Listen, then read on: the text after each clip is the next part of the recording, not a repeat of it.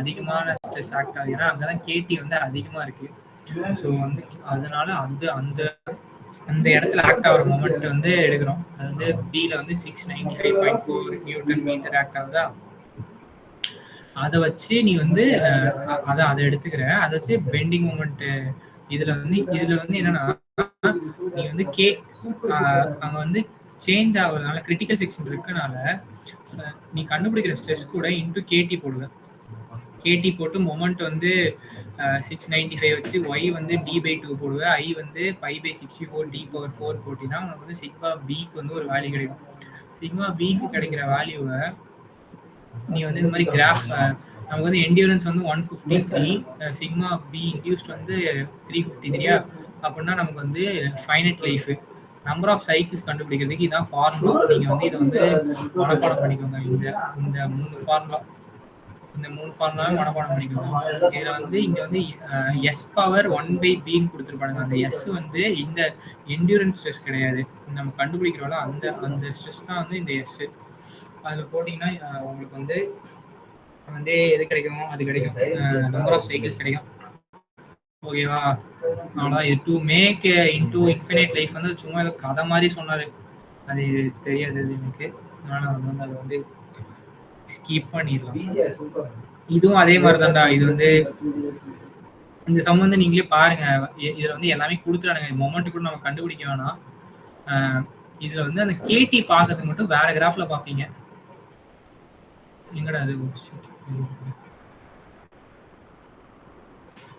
கேடி வந்து இப்போ இதில் பார்க்கணும், இந்த கிராஃப்ல பார்க்கணும். அதே மாதிரி தான் r/d d/dல போட்டு கேடி வந்து வேற கிராஃப்ல பார்க்கணும். அது பாருங்க. ஏதாவது புரியல டவுட் நம்ம கேளுங்க. ரைட்டா? நான் போயிட்டு தெர்மல் போகிறேன், அதனால கொஞ்சம் ஸ்பீடாக போகிறேன். இன்னும் 2 சம் தான் இருக்கு. ஓகேவா? இது வந்து அடுத்து பார்த்தீங்கன்னா இது வந்து மாடிஃபைடு குட்மேன். இது வந்து ஃப்ளக்சுவேட்டிங் லோடு வந்துட்டாலே நீ வந்து குட்மேன் இல்லைன்னா மாடிஃபைட் குட்மேன் யூஸ் பண்ணி தான் சால்வ் பண்ணணும்.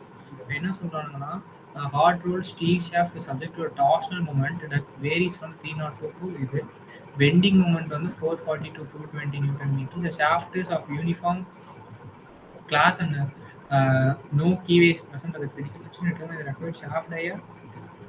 ஷாஃப்டோட டயாமீட்டர் கண்டுபிடி சொல்லியிருக்காங்க. அல்டிமேட் ஸ்ட்ரென்த் கொடுத்துறானுங்க, ஈல்டு ஸ்ட்ரென்த் கொடுத்துறானுங்க, என்டியூரன்ஸ் லிமிட் வந்து half of the ultimate stress கொடுத்துறானுங்க.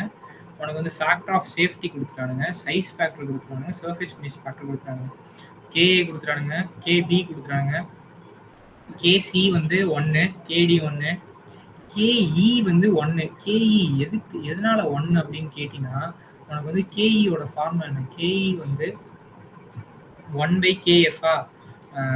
1/kf. kf வந்து ஃபார்முலா வந்து q into kt minus 1 plus 1 போடுமா. அதுல வந்து kt வந்து என்ன? Stress concentration factor.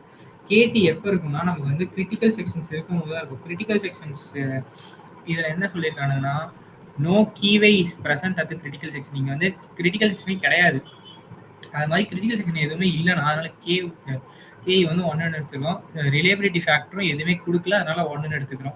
இவன் உனக்கு வந்து எதுவுமே கொடுக்கல, கொஸ்டின்ல வந்து உனக்கு வந்து ஒரு கண்டுபிடிக்கிறதுக்கு வந்து எந்த ஒரு இதுவுமே தரல அப்படின்னா நீ வந்து அந்த வேல்யூ வந்து 1 அசியூம் பண்ணிக்கணும். ஓகேவா?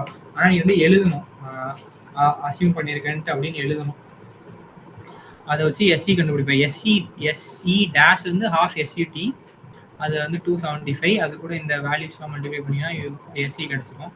இப்போது இது மாதிரி ஃப்ளக்சுவேட்டிங்க்கு கேட்டாங்கன்னா நீ என்ன பண்ணணும்னா மொமெண்ட்டு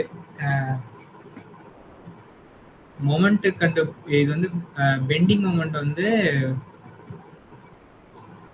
440 to 220, இது வந்து 310 to டார்ஷனல் மொமெண்ட் வந்து 330 to 110.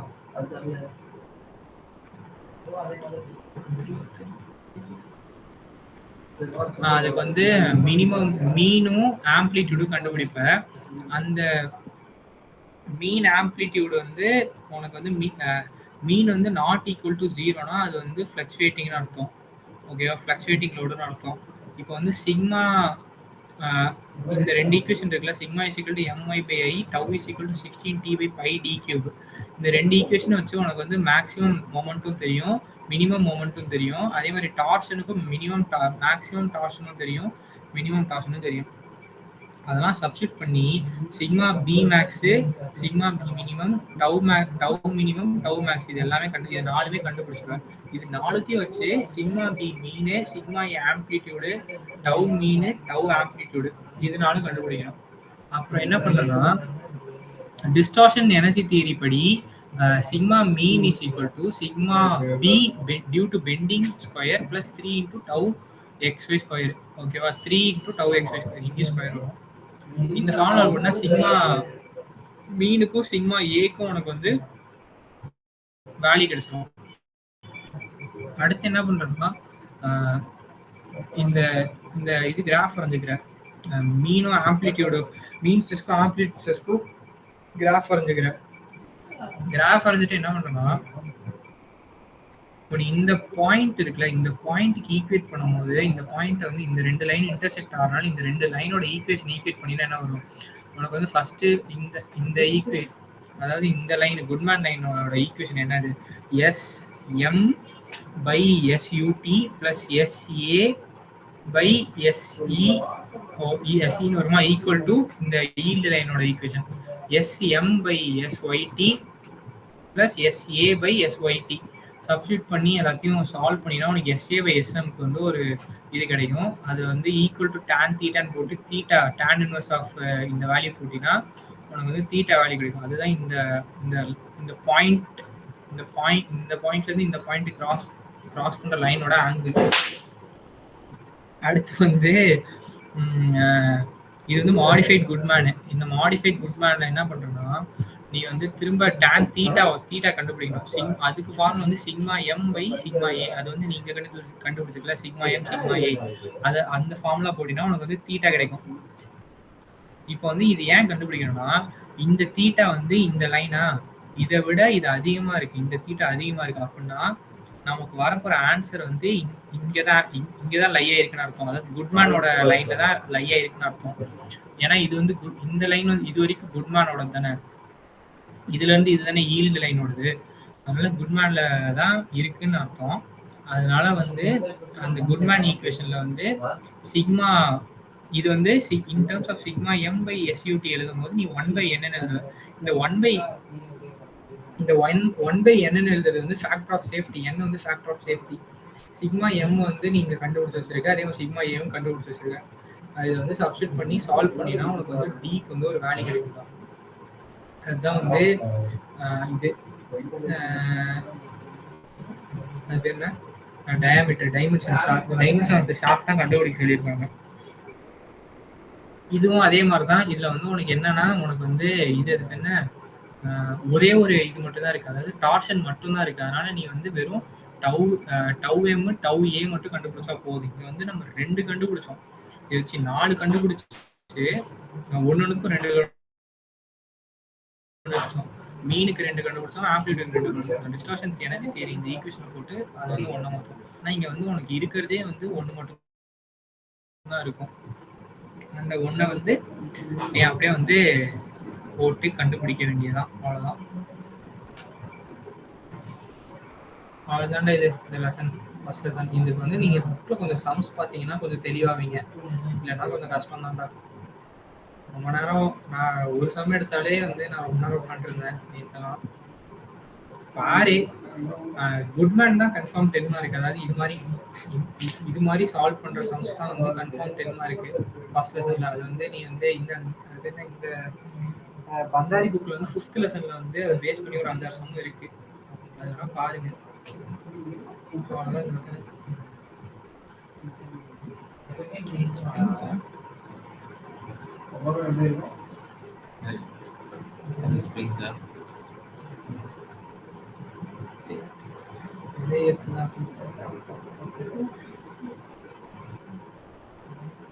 என்ன இருக்கீங்களா புரிச்சாரு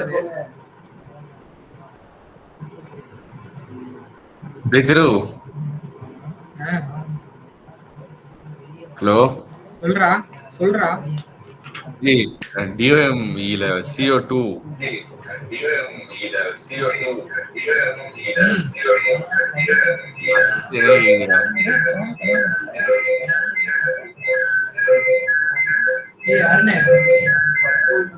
இன்வெர்ட் போடுறா. அருண் தான் கார்த்திகா அருணா டேய் அருண் எதுக்குடா டேப்ல தண்ணி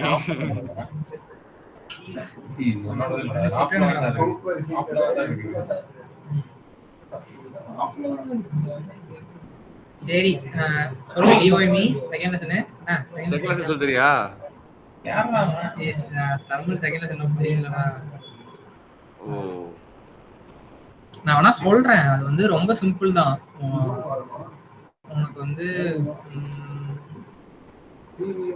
செகண்ட் லெசன்ல வந்து உனக்கு நீ வந்து ஃபார்முலா கூட மனப்பாடம் பண்ண ஃபார்முலா எல்லாமே டிசைன் டேட்டா புக்லயே இருக்குடா நீ அந்த பந்தாரி புக்ல ஒரு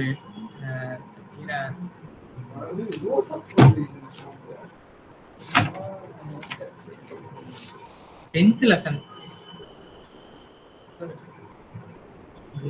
குரூப்ல அனுப்பிச்சு நீ அந்த புக்கா எஸ்